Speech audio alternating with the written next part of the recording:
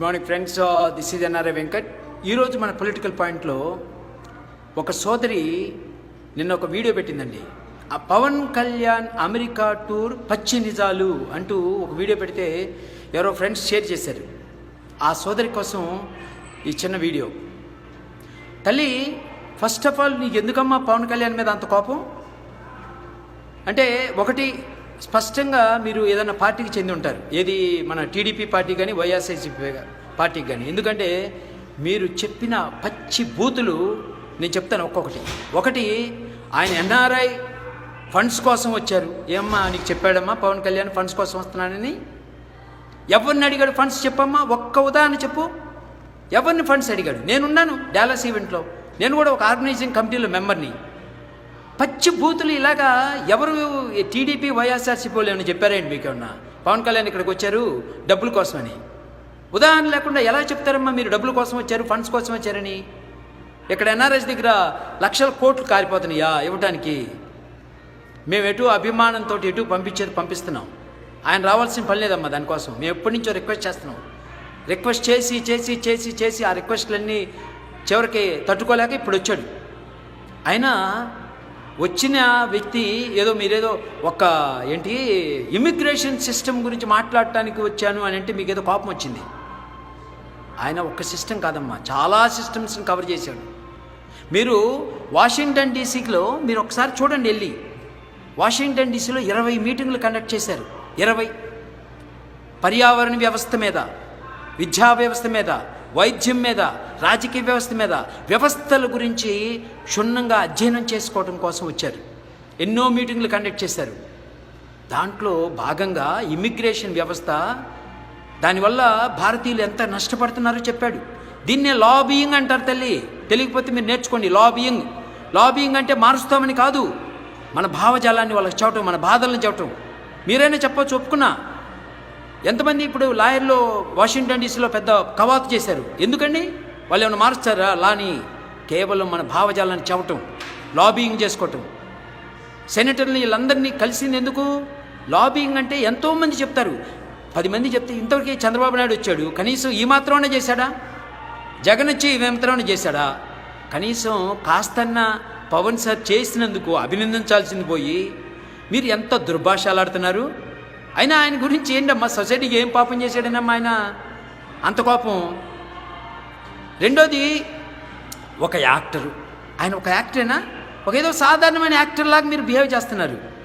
సాధారణమైన యాక్టర్కి 5,000 మంది నిష్ణాతులు, ఐఐటియన్స్, డాక్టర్సు, ఇంజనీర్సు, వాళ్ళందరూ ఇక్కడికి వచ్చేసేసి ఆయనకి సపోర్ట్ చేస్తారా? ఇంకో మాట అన్నారు మీరు, అమెరికా రావడం పెద్ద గొప్ప కాదు. అమెరికా రావడం పెద్ద గొప్ప కాదు. మీరు ఏం చేస్తున్నారో నాకు తెలీదు. గిన్నెలు తోముకుంటే గొప్ప కాదమ్మా, లేకపోతే ఏదన్నా స్టోల్స్లో పనిచేస్తున్న పని కాదు, తప్పు కాదు. ఒక మేనేజర్గా, ఒక సీఈఓగా, ఒక పెద్ద సాఫ్ట్వేర్ ఇంజనీర్గా, ఒక ఆర్కిటెక్ట్గా పనిచేయటం నిజంగా గొప్పే. ఎందుకంటే ఇంటర్నేషనల్ కాంపిటీషన్లో ఉండి తట్టుకొని వాడు పని చేయాలంటే అమెరికాలో పనిచేయగలడు. ఇండియాలో పనిచేస్తే అవసరం లేదమ్మా అది. అందుకే అమెరికాలో పనిచేసే వాళ్ళంటే చాలా గొప్ప. ఇంటర్నేషనల్ కాంపిటీషన్కి ఎదుర్కొని, గుండె ధైర్యంతో ఎదుర్కొని ఇంటర్నేషనల్ కాంపిటీషన్కి ఎదుర్కోవాలి ఇక్కడ. అందుకే వాళ్ళు గొప్పే. ఇంకోటి ఏమన్నారు? సిస్టమ్స్. ఇన్ని సిస్టమ్స్ని ఆయన బాగు చేయాల్సిన పరిస్థితి ఏందమ్మా? వెళ్ళి ఇండియాలో లేకుండా ఇక్కడికి ఎందుకు వచ్చి ఉన్నారు అమెరికాలో? మీరు ఇక్కడున్న సిస్టమ్స్ ఎంజాయ్ చేద్దామని కదా. విద్య, వైద్యం, ఆరోగ్యం, ఉపాధి, రాజకీయం, అన్ని వ్యవస్థలు ఇక్కడ బాగున్నాయి అని చెప్పే కదా మీరు వచ్చింది. ఇంకా ఏ బంగారం ఉందని వచ్చారమ్మా? ఆ వ్యవస్థలే అక్కడ కుంటుపడ్డాయి. ఆ వ్యవస్థలను స్టడీ చేసి అక్కడ వ్యవస్థలు బాగు చేద్దాము. ఎవరు ఇది గబ్బు పెట్టించింది? టీడీపీ కదా. 25 సంవత్సరాల మీ టీడీపీ, ఒక 50-60 సంవత్సరాల నుంచి మీ కాంగ్రెస్. మీరు పిల్ల కాంగ్రెస్ అయితే వైఎస్ఆర్సీపీ అయినా అది కూడా కాంగ్రెస్లో భావజాలమే.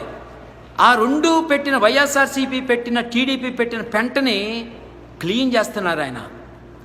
మీరు దుర్మార్గపు పరిపాలనతోటి వ్యవస్థలను గబ్బు పట్టిస్తే ఆ గబ్బుని ఆయన కడగాలి. ఇది ప్రక్షాళన చేయాలి. కొత్త రాజకీయ వ్యవస్థను సృష్టించాలి. రాజకీయ వ్యవస్థ మారితేనే అన్ని వ్యవస్థలు మారుతాయి తల్లి. ఆ రాజకీయ వ్యవస్థ మారాలంటే కొత్త నాయకుడు కావాలి. ఓన్లీ పవన్ కళ్యాణ్ లాంటి నీతి నిబద్ధత అండ్ విజన్. ఆయన చూసారా విజన్ ఏమన్నారన్నా? మీటింగ్ మొత్తం చూడండి. జ్యువెల్స్ కావాలంటే నేను జ్యువెల్స్ కొన్ని జ్యువెల్స్ నేను నిన్న ఆల్రెడీ చెప్పాను, ఒక జ్యువెల్, అలాంటి జ్యువెల్స్ ఒక 10 జ్యువెల్స్ నేను వీడియోలు పెడుతున్నాను. మీరు వచ్చి చూడండి, చూసి తెలుసుకోండి. ఒక మూర్ఖంగా ఇంట్లో కూర్చొనో లేకపోతే ఏదో గిన్నెలు కడుక్కొనో లేకపోతే చిన్న చిన్న బజారు పనులు చేసో మీరు ఇలాగా బహిరంగంగా చెప్పేసేసి ఆమె ఇక్కడ అమెరికా అంటే గొప్ప లేదు, గొప్పలని కానీ నువ్వెందుకు వచ్చామ్మా తల్లి? పవన్ కళ్యాణ్కి వచ్చింది అంత లైట్గా తీసేసే కాకండి ఆయన్ని. కాబోయే చీఫ్ మినిస్టర్, నన్ను అడిగితే ఆయన ప్రైమ్ మినిస్టర్ అవ్వాలి. చీఫ్ మినిస్టర్ కూడా కాదు, ప్రైమ్ మినిస్టర్ అవ్వాలి. దేశం కుంటుపడింది, దేశ వ్యవస్థలన్నీ గబ్బు పెట్టినాయి. ఆయన క్లీన్ చేయాల్సింది మన రాష్ట్రాన్ని కాదు, దేశాన్ని మొత్తాన్ని క్లీన్ చేయాలి. అటువంటి గొప్ప నాయకుడిని పట్టుకొని ఎంత నీచంగా మాట్లాడుతున్నారు మీరు. మీ స్థాయి అంతా, ఆయన స్థాయి అంతా అసలు ఏదో చిన్న చిన్న నేర్చుకొని ఇమ్మిగ్రేషన్ గురించి చెప్తున్నారు. ఎన్ని సంవత్సరాల నుంచి ఉన్నారు? నేను మొన్న వచ్చినట్టు ఉన్నారు తట్టాపట్టా వేసుకొని. దయచేసి కొద్దిగా పెద్దవాళ్ళని గౌరవించడం నేర్చుకోండి. ఆయన ఒక సినిమా నాయకుడు కాదండి, ఆయన ఒక పార్టీకి. ఆ రోజు చూశారు కదా, 100 మంది పోలీసు వ్యవస్థ అంతా కదిలింది. డల్లాస్ పోలీసు వ్యవస్థ అంతా ఆయన చుట్టూతో ఉంది. సినిమా యాక్టర్ అయితే వస్తారా? నువ్వు నేను వెళ్తే వస్తారా తల్లి? ఒక పార్టీ అధ్యక్షుడు ఆయన, కాబోయే చీఫ్ మినిస్టర్, అది గుర్తుపెట్టుకోండి. మా సోదరికి ఇప్పటికైనా మీరు కావాలంటే నా నంబర్కి కాల్ చేసి చెప్పండి మీరు ఏ విధంగా చెప్తారు. 6307306389. దయచేసి కొద్దిగా జాగ్రత్తగా మాట్లాడండి. నా బోటోళ్ళు ఉంటారు, మేము కూడా చాలా జీవితంలో ఎన్నో సాధించిన వాళ్ళమి. ఆయన ఎన్నుకున్నాము ఎందుకంటే సమాజ వ్యవస్థలు మారాలంటే కొత్త రాజకీయం కావాలి. కొత్త రాజకీయాన్ని తీసుకొస్తామంటున్నారు ఆయన. మీరు సపోర్ట్ చెప్పినా పర్లేదు, ఇలా దూషించకాకండి, చిన్న చూపు చూడకాకండి ఆయన్ని. Thank you very much. జై హింద్. వీడియో అండి, ఒక చిన్న వీడియో చూశాను. అయితే ఎవరో ఎన్ఆర్ఐ అంట, ఇక్కడే ఎవరు ఉంటారో మరి, ఎన్ఆర్ఐ అంట. ఆయన నా గురించి మాట్లాడుతుంటే నాకు చాలా నవ్వొచ్చిందండి. సో నేను మొన్న last couple of days back ఇక్కడ డాలస్లో జరిగిన ప్రవాస గురించి నేను ఒక వీడియో పెట్టాను కదా. వై పవన్ కళ్యాణ్ అమెరికాకి రావాల్సిన అవసరం ఏమొచ్చింది, కోల్డ్ లాగా అయిందండి, సారీ. సో ఈ ప్రవాస వచ్చి H1 వీసాల గురించి మాట్లాడాడు ఈ పవన్ కళ్యాణ్. అసలు ఎందుకు ఆయన మాట్లాడాలి, ఆయనకి ఏం అర్హత ఉంది అని నేను ఒక వీడియో చేశాను. ఆ వీడియో మీరందరూ చూశారు. సో ఆ వీడియోకి సంబంధించి ఇక్కడ ఎవరో ఎన్ఆర్ఐ అంట, ఆయన మాట్లాడడం నేను ఒక క్లిప్ చూశానండి ఇందాకే. సో స్తోమత అని టాపిక్ వచ్చింది కాబట్టి I just wanted to clarify. ఏంటంటే తను ఏమన్నాడంటే, నేనంట అసలు నాకెందుకు పవన్ కళ్యాణ్ అంటే కోపము అని అన్నాడు. పవన్ కళ్యాణ్ అంటే ఎవరికి కోపం లేదండి. పవన్ కళ్యాణ్ గారు వచ్చి ప్రశ్నిస్తున్నాడు కాబట్టి ఆ ప్రశ్నించడము ఏదో న్యాయబద్ధంగా ఉండాలని మాత్రమే నేను అంటున్నాను. సో ఇండియాలో మన తెలుగు రాష్ట్రాల్లో అన్ని ప్రాబ్లమ్స్ ఉన్నప్పుడు ఆయన వచ్చి ఇక్కడ H1 వీసాల గురించి మాట్లాడాల్సిన అవసరం లేదు అని నా ఒక అభిప్రాయాన్ని నేను తెలియజేయడం జరిగింది. సో ఫస్ట్ ఆఫ్ ఆల్ మళ్ళొకసారి ఆ టాపిక్ మాట్లాడితే, ఈ ఎన్ఆర్ఐ ఏమన్నాడంటే పవన్ కళ్యాణ్ వచ్చి వాషింగ్టన్ డీసీలో ఒక 20 మీటింగ్స్ చేశాడు, నీకేం తెలుసు అని అన్నాడండి. మీకు అందరికి నేను ఒక్కటి చెప్పాలనుకుంటున్నాను, మొన్న కూడా చెప్పాను, ఇవాళ కూడా అదే చెప్తాను. పవన్ కళ్యాణ్ గారికి టూరిస్ట్ వీసానే ఉందండి. ఆయన ఒక డిప్లొమాట్ కాదు. కానీ తను వచ్చింది ఎవరితోని? నాందేళ్ల గారితో వచ్చారు. సో ఆయన ఎవరు? స్పీకర్. ఆయనకుంది ఏంటి? Diplomatic passport. సో వాషింగ్టన్లో ఆయనకి ఇచ్చిన ప్రతి ఒక్క అపాయింట్మెంట్ కూడా నాందేళ్ల గారి పేరు మీదే తీసుకున్నారు. ఆ రేడియో ఇంటర్వ్యూ కూడా మీరు చూసినారో లేదో, అది నాందేళ్ల గారే మాట్లాడినారు. ఇంపార్టెంట్ క్వశ్చన్స్ అన్ని ఆన్సర్ ఆయనే ఇచ్చారు. So Pawan Kalyan is just tourist. ఆయన ఇక్కడ డిప్లొమాట్స్తో మాట్లాడింది, ఇక్కడ సెనేటర్స్తో మాట్లాడింది కూడా నాందేళ్ల గారే. ఈ గవర్నమెంట్ కూడా ఎందుకు అపాయింట్మెంట్ ఇచ్చింది అంటే నాందేళ్ల గారి ముఖం చూసే ఇచ్చిండ్రండి. ఆయన ఒక స్పీకర్, ఇండియన్ డిప్లొమాట్ కాబట్టి ఆయనకి ఇచ్చారు అపాయింట్మెంట్. సో పవన్ కళ్యాణ్ గారికి ఇవ్వలేదు. అందులో కోప్పడాల్సిన అవసరం ఏముందండి? నాకు అర్థం కావట్లేదు. నేను నార్మల్గానే నాకు అనిపించింది నేను చెప్పాను. ఆయన ఎన్ఆర్ఐ గారు, మీరు ఎవరో మాట్లాడారు కదా, ఆ ఎన్ఆర్ఐ గారికి నేను చెప్పాలి ఏమనుకుంటున్నా అంటే, నేను మీ నేత గురించి మాట్లాడితే మీరు మా నేత గురించి మాట్లాడండి సార్. అంతేగాని నా గురించి మీరు మాట్లాడడంలో ఏంటి అర్థం నాకు అర్థం కావట్లేదు. నా స్తోమతల గురించి, నేను ఇక్కడ బోళ్ళు దోముకుంటున్నాను, నేను ఇక్కడ మాల్లల్లో పని చేసుకుంటున్నాను అని మాట్లాడుతున్నారు. నా గురించి మీకేం తెలుసు అని మీరు అట్లా మాట్లాడుతున్నారు, నాకు అర్థం కావట్లేదు. మీ వీడియోస్ అన్నీ నేను చూసానండి. ఇప్పుడు నేను ఆయన వీడియోస్ అన్నీ చూసాను. ఆయన ఎక్కడైతే యూట్యూబ్లో మాట్లాడుతున్నాడో అవన్నీ చూస్తే నాకేమనిపించిందంటే, ఆయన మెడలో ఒక ట్యాగ్ కూడా వేసుకున్నాడు, ఇండియన్ అని. కాలిఫోర్నియాలో ఉంటాడంట. ఇండియన్ అనే ట్యాగ్ ఉంటే ఆయన ఇండియన్ హోటల్లో పనిచేస్తున్నాడు అని నేను అనుకుంటున్నాను. చూస్తే వెనుక అన్ని హోటల్లో ఉన్నట్టే ఉంది, ఆయన ఇంట్లో ఉన్నట్టు మాత్రం లేదు. అయితే పెళ్ళాము పిల్లలు పెడాకులు కూడా లేవు. ఒక హోటల్లో ఉండి ఏదో మాట్లాడుతున్నాడు. స్తోమతల గురించి మనం మాట్లాడుకోవద్దండి, వ్యక్తిగతంగా ఎందుకు మాట్లాడాలి? నేను ఒక దళిత స్త్రీని అయ్యుండి అమెరికాలో ఉండి నేను నా దేశం గురించి, నా ప్రజల గురించి నేను మాట్లాడుతున్నాను. నాకు ఆ ఎక్స్ప్రెషన్, నాకు ఫ్రీడమ్ ఆఫ్ ఎక్స్ప్రెషన్ ఉంది, నాకు ఫ్రీడమ్ ఆఫ్ స్పీచ్ ఉంది, నేను మాట్లాడుకుంటున్నాను. మీరు వ్యక్తిగతంగా మాట్లాడాల్సిన అవసరం ఏముంది? ఈ జనసేన వాళ్ళందరూ అంతేనా అండి? వ్యక్తిగత దూషణలే చేస్తారా మనుషుల మీద? నేను ఒక నాయకుడి గురించి మాట్లాడాను, మీరు కూడా మా నాయకుడి గురించి మాట్లాడండి మీకు ఏదైనా నచ్చకుండా ఉంటే. అంతేగాని ఒక దళిత స్త్రీనైనా నన్ను మీరు ఎట్లా మాట్లాడుతున్నారు? నేను బోళ్ళు దోముకుంటున్నాను అది ఇది. నా గురించి మీకు ఏం తెలుసు అండి? I head an organization here in America. ఒక అంత దళిత కమ్యూనిటీలో పుట్టి పెరిగి నేను అమెరికాలో ఒక ఆర్గనైజేషన్ హెడ్ చేస్తున్నాను అంటే అదేమి మజాక్ కాదండి. మీరు అంటున్నారు నా స్తోమతల గురించి మాట్లాడుతున్నారు, ఇంటర్నేషనల్ కాంపిటీషన్ అంటున్నారు. ఇంటర్నేషనల్ కాంపిటీషన్లో ఒక ఉమెన్ ఎగ్జిస్ట్ అవ్వాలి, ఒక ఉమెన్ వాయిస్ అవుట్ చేయాలి, ఒక ఉమెన్ మాట్లాడాలి అంటే అది సామాన్యమైన విషయం కాదండి. గుర్తుపెట్టుకోండి మీరు.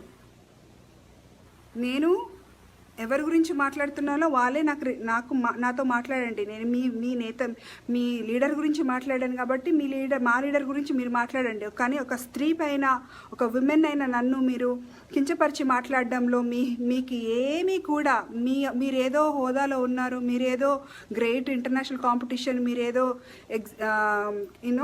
గ్రేట్ అని మీరు చెప్పుకుంటున్నారు కదా. మీకేం గ్రేట్ కాదండి మీరు ఒక విమెన్ గురించి అట్లా మాట్లాడడంలో. మళ్ళొకసారి చెప్తున్నాను, పవన్ కళ్యాణ్ గారు ఇక్కడ మీటింగ్స్ పెట్టుకున్నారంటే ఆయన క్రెడిట్ కాదు, కంప్లీట్ నాందేళ్ల గారి క్రెడిట్. ఎందుకంటే ఆయన ఒక డిప్లొమాట్ కాబట్టి ఆయనకి ఇచ్చినారు అపాయింట్మెంట్. వైట్ హౌస్లో కానీ సెనేటర్స్ కానీ ఎవరైనా కూడా ఆ 20 మీటింగ్లు ఏవైతే చేసినారో అవన్నీ నాందేళ్ల గారు చేసిన ఎఫర్ట్. అది పవన్ కళ్యాణ్ గారికి అసలు క్రెడిట్ ఇవ్వడానికి వీల్లేదండి అక్కడ. నేను అసలు పవన్ కళ్యాణ్ గారి గురించి మాట్లాడొద్దు అనుకున్నాను. ఎందుకంటే ప్రతిసారి నేను మాట్లాడినప్పుడల్లా మీరందరూ ఏదో పబ్లిసిటీ సంవత్సరంన్నర మీరందరూ ఎవ్వరు లేరండి యూట్యూబ్లో, సోషల్ మీడియాలో. మీరెవ్వరు లేరు. అప్పటి నుంచి నేనున్నాను సోషల్ మీడియాలో. నా గురించి మీరు మాట్లాడతారేంటి నాకు అర్థం కావట్లేదు. 1.5 years నుంచి నాకు ఈ పేజ్ ఉంది. ఈ పేజ్ నాకు ఎప్పటి నుంచో ఉంది. మీరందరు నా ముందు జూనియర్స్ అనమాట, అర్థమైందా? ఇప్పుడు వచ్చి మీరేదో మాట్లాడుతున్నారు అందరూ, జనసేన వాళ్ళందరూ. గుర్తుపెట్టుకోండి మీరు వ్యక్తిగత దూషణలు, వ్యక్తిగతంగా మాట్లాడాల్సిన అవసరం ఏం లేదు. బోలు దోముకుంటే ఏంటంటే, బోలు దోముకున్న వాళ్ళంటే మీకు అంత తక్కువగా అనిపిస్తున్నారా? అమెరికాలో ఎన్ని సంవత్సరాల నుంచి వచ్చినావు, ఇప్పుడే వచ్చి ఉంటావు నువ్వు, తట్టబుట్ట చదువుకొని అంటున్నారు నన్ను. మరి మీరు ఎన్ని సంవత్సరాల నుంచి ఉన్నారు? Don't you know that in America has dignity of labour? There is something called dignity of labor. Don't you understand that? How can you talk about a woman like that? How can you talk about a profession like that? No matter what kind of profession a person has, you have no right to talk about anyone like that. So kindly apologize for talking about a woman like that on social media. You have no rights to talk about me, Mr. whatever NRA you are. So ఇదండి సంగతి. వీళ్ళు ఇట్లాంటి పిచ్చి పిచ్చి మాటలన్నీ మాట్లాడుతుంటారు. అదొకసారి నా ఫ్రెండ్స్కి అందరికీ కూడా చెప్దామనేసి. ఏంటండి వ్యక్తిగత దూషణ? మనుషులు ఆడవాళ్ళ గురించి మాట్లాడడం ఏంటి? నా స్తోమత గురించి మాట్లాడడం ఏంటి? అంటే నాకు స్తోమత అంటే ఒక బోలు దొమ్ముకునే వాళ్ళు అంటే రాజకీయాల గురించి మాట్లాడకూడదా? నాకు అర్థం కావట్లేదా? మరి ఓట్లు ఎందుకు తీసుకుంటున్నారు? రిక్షా ఓడిది, ఆటో ఓడిది. ఓట్లు అయితే కావాలి కానీ మాటలైతే మాట్లాడొద్దా మేము? How funny is that? Really కొంచెం యూజ్ చేయండి బుర్రా. Everybody can talk. And Pawan Kalyan గురించి ఎందుకు మాట్లాడుతున్నారంటే, పవన్ కళ్యాణ్ ఫస్ట్ రావడమే టీడీపీని, కాంగ్రెస్ని తిట్టినాడు కదా. పంచలుడదోసి కొడతాను వాళ్ళని వీళ్ళని అని మాట్లాడినాడు. మళ్ళీ వాళ్ళ సంకం చేరి వాళ్ళకి మద్దతు ఇచ్చాడు. మద్దతు ఇచ్చిన తర్వాత మళ్ళీ ఇప్పుడు వాళ్ళని దూషిస్తున్నాడు. ఆయనకి ఒక క్రెడిబిలిటీ లేదు, ఒక ఇంటిగ్రిటీ లేదు కాబట్టి నాకు నచ్చట్లేదు. నా ఇష్టము. దానికి నాకు ఒక స్తోమత ఉండాలా పవన్ కళ్యాణ్ గురించి మాట్లాడడానికి? నాకు అర్థం కావట్లేదు. Who the hell is Pawan Kalyan? I don't care who is. నిజంగా నా దృష్టిలో పవన్ కళ్యాణ్ XYZ కేవలం ఒక పర్సన్. నాలాగే నేను ఎట్లా సోషల్ మీడియాలో మాట్లాడుతున్నానో ఆయన అలాగే అక్కడ రాజకీయాలు మాట్లాడుతున్నాడు. దానికి ఏంటండి నాకు అర్థం కావట్లేదు. స్తోమత ఉండాలా ఒక మనిషి గురించి మాట్లాడడానికి? మీరు చేస్తారేమో వ్యక్తి పూజ, నేను చేయను. I don't have to do it. The NRI person that I'm talking to, kindly make note that I don't really care about your leader. అవసరం లేదు, స్తోమతలు అవసరం లేదండి. అర్థం చేసుకోండి. ఏంటండి వీడియో నచ్చిందా? అయితే ఓ లైక్ వేసుకోండి, లేదంటే ఓ కామెంట్ చేయండి. ఎప్పటికప్పుడు మా వీడియోస్ చూడాలంటే సబ్స్క్రైబ్ చేసుకోండి.